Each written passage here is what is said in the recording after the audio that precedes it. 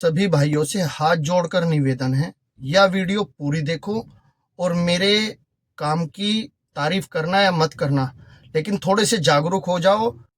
सभी भाइयों को राम राम। आज जैसा कि आप वीडियो में देख रहे हो, कल 11 फरवरी में हमने ये मूर्तियां यहाँ से इकट्ठी करी। इस भाई ने हमारी मदद करी, अंदर जो रखी थी मतलब पीपल के पेड़ के पास में इसने हमारे साथ उठवाई, और फिर इसने जो बड़ी बड़ी मूर्तियां थी में हमारे साथ उठवा के इसने हमारी गाड़ी में रखवा दी भाई ने। ये देखो हमारी गाड़ी में रखी गई।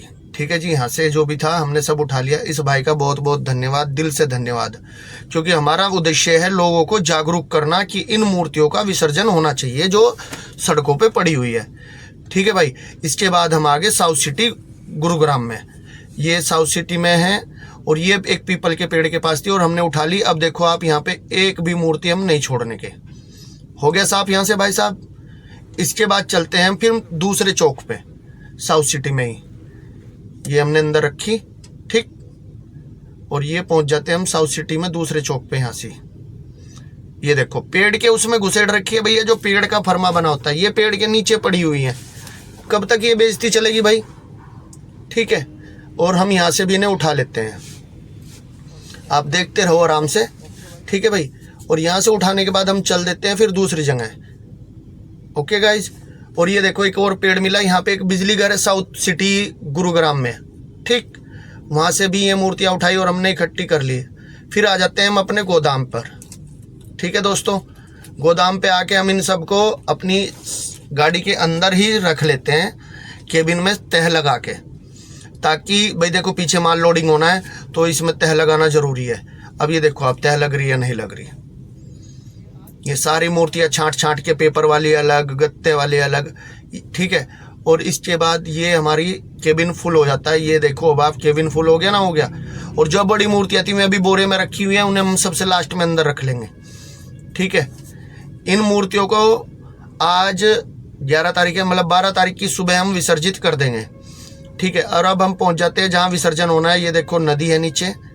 ठीक है, और यहाँ पे हम एक एक मूर्ति को विसर्जन कर देंगे इसमें। अब आप विसर्जित होती हुई देख सकते हो।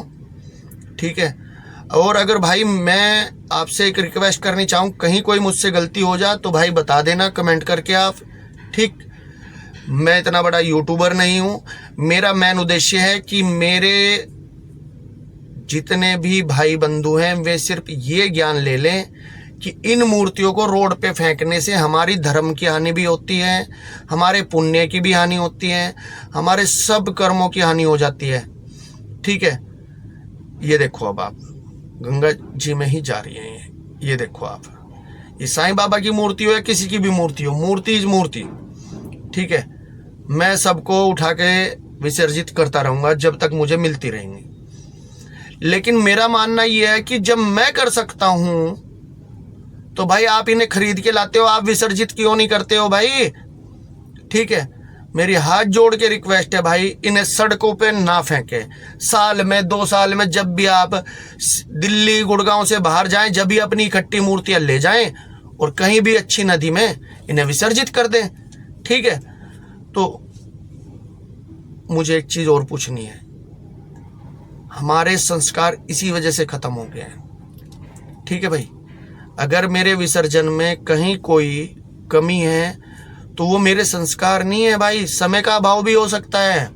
ठीक है, दूसरी बात, अकेला आदमी वीडियो बनाए, कैमरा पकड़े। अब आप लोगों को क्या पसंद है वो मुझे नहीं पता भाई, लेकिन मुझसे जैसा हो रहा है मैं कर रहा हूं। ठीक है, अब आप लोग कमेंट करके बताएं कि मैं आगे करता रहूं, छोड़ने वाला तो नहीं हूं।